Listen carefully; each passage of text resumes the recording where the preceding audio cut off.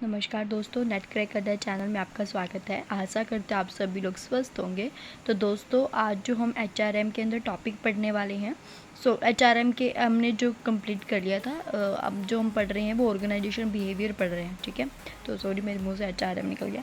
ठीक है, हम ऑर्गेनाइजेशन बिहेवियर पढ़ रहे थे। ऑर्गेनाइजेशन बिहेवियर के अंदर हमने कुछ कंसेप्ट जो है वो पढ़े थे इससे पहले, लेकिन जो आज हम पढ़ने वाले हैं वो पढ़ने वाले हैं ऑर्गेनाइजेशनल कल्चर कि ऑर्गेनाइजेशन के कल्चर क्या है, इसके अंदर क्या क्या चीज़ें होंगी, वो हम आज के टॉपिक में पढ़ेंगे।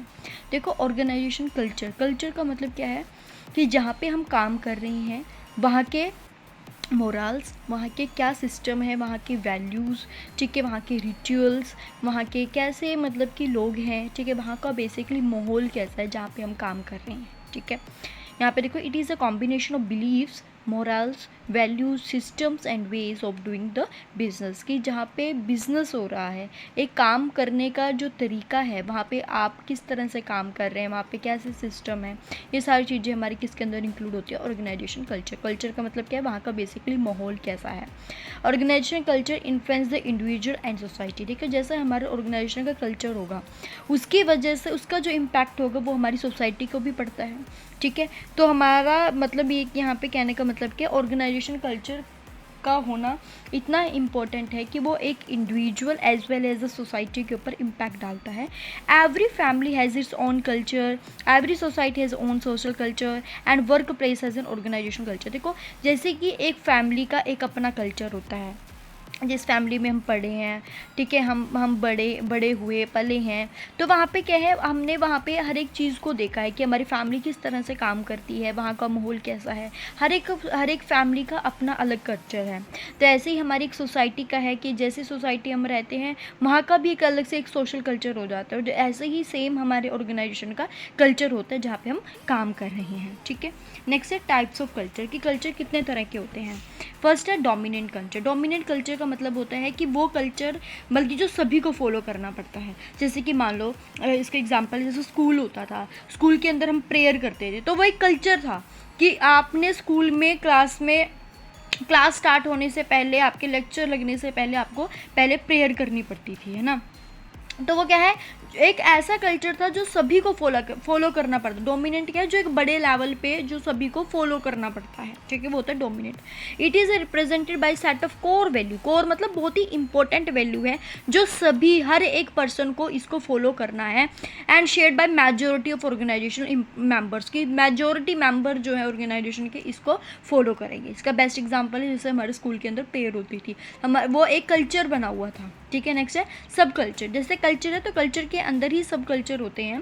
और सब culture express a set of values that are shared by its members of department. ये बेसिकली डिपार्टमेंट वाइज डिस्ट्रीब्यूट हो जाता है कि जिस पर्सन का जिस डिपार्टमेंट के अकॉर्डिंग जैसा काम होगा उसका कल्चर उसी हिसाब से होगा। ठीक है, नेक्स्ट है strong and weak culture. Strong and क्या आता है, स्ट्रॉन्ग कल्चर क्या है, जो एक मेजोरिटी एम्प्लॉयज़ जब उसको फॉलो कर रही है तो वो तो हो गया स्ट्रॉन्ग।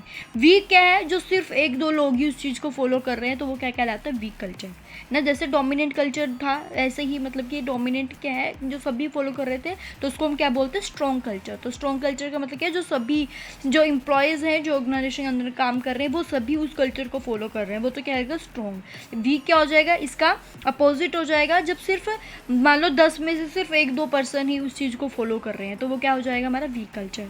नेक्स्ट है mechanistic and organic culture. Mechanistic organisation culture का मतलब होता है यहाँ पे मतलब एक ही पर्सन की चलेगी, जैसा वो पर्सन कहेगा वैसे ही होगा। जैसे फॉर एग्जांपल हमारी फैमिली में मान लो, किसी की फैमिली में, हमारी फैमिली में जैसे कि मान लो कि पेरेंट्स की चलती है, तो मतलब कि क्या है, जैसा वो बोलेंगे हम वैसा ही करेंगे, तो वो क्या हो गया, एक मैकेनिस्टिक। जो बल्कि हमारे उसमें बड़ों की चल रही है, तो बल्कि जैसा उन्होंने बोला हम उसी हिसाब से करेंगे, तो वो क्या कहलाता है, मैकेनिस्टिक।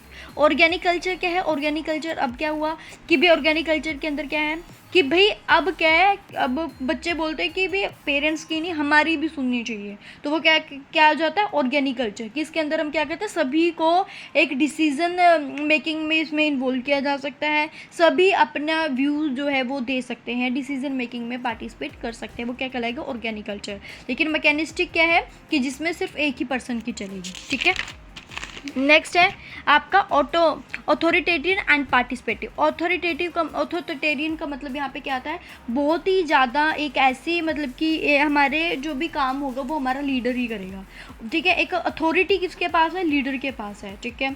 तो उनके अलावा आप कोई भी डिसीजन नहीं ले सकते, ठीक है। सारा जो हायर अथॉरिटी है, डिसीजन मेकिंग है, कोई भी चीज़ है वो किसके हाथ में है, हमारे लीडर के हाथ में। तो वो क्या कहलाएगा, ऑथोरिटेटिव। लाइक ना पार्टिसिपेटिव कल्चर का मतलब क्या है कि हमारे ऑर्गेनाइजेशन में इस तरह का कल्चर है कि सभी मिलजुल कर काम करते हैं, पूरे कोलैबोरेशन से, पूरे कोऑपरेटिव से, पूरी टीम स्पिरिट है उससे काम करते हैं। जब डिसीजन मेकिंग की बात आए तो सभी उसके अंदर इन्वॉल्व होते हैं, सभी अपने अपने व्यूज़ देते हैं, ठीक है। तो ये हो गया हमारा पार्टिसिपेटिव। लेकिन अथॉरिटेटिव का मतलब क्या है कि यहाँ पे सिर्फ लीडर की ही चलेगी, ठीक है। नेक्स्ट है how organisational culture are learned by employees, कि ऑर्गेनाइजेशन के कल्चर को कैसे समझाया जाए एक एम्प्लॉयज़। मान लो कोई एम्प्लॉय नया आया है ऑर्गेनाइजेशन के अंदर, ठीक है। तो जो पुराने लोग हैं वो तो समझ गए हैं कि यहाँ का माहौल कैसा है, किस तरह के पर्सन है, किस तरह से काम होता है। लेकिन जो पर्सन अभी नया है तो वो तो सीखेगा ना, तो उसको कैसे सिखाया जा सकता है। फर्स्ट है बाय नरेटिंग ऑफ स्टोरीज, कि उसको स्टोरीज बताओ, किस तरह की स्टोरी बताओ, कि ऐसी स्टोरीज़ बताओ जैसे कि मान लो किसी ने कोई रूल ब्रेक किया था तो आपने उसके साथ उसको क्या पनिशमेंट मिली थी सपोज, ठीक है। या फिर किसी की सक्सेस के बारे में बताओ, ठीक है। या फिर जब हम वर्क फोर्स को कम कर दें तो उसकी वजह से क्या इम्पैक्ट पड़ा था ऑर्गेनाइजेशन। इस तरह की छोटी छोटी स्टोरी उस एम्प्लॉयज़ को बताई जाती है ताकि वो भी ऑर्गेनाइजेशन कल्चर को ईजिली समझ सके। नेक्स्ट है रिचुअल्स एंड कस्टम्स। क्या होता है कि ऑर्गेनाइजेशन के कुछ रिचुअल्स हैं, ठीक है, कस्टम्स है। जैसे मान लो कॉलेजेस होते हैं, कॉलेजेस के अंदर पता है कि नए बच्चे आते हैं तो फ्रेशर पार्टी होती है, ठीक है। स्कूल्स के अंदर भी ये है कि जब बच्चे जा रहे हैं तो उनकी फेयरवेल पार्टी होती है। वो एक चीज़ बनी हुई है, रिचुअल्स हैं। ऐसे ही हमारी ऑर्गेनाइजेशन के अंदर जैसे मान लो अवार्ड सेरेमनी होगी, ठीक है, एनुअल जनरल मीटिंग होगी, ये सभी चीज़ें क्या हैं, ये हमारी रिचुअल्स बनी हुई हैं जो पुराने समय से चल रही हैं। अब जो नया पर्सन आ रहा है वो भी देख देख कर सीख जाएगा रिचुअल्स के थ्रू, कस्टम्स के थ्रू, ठीक है।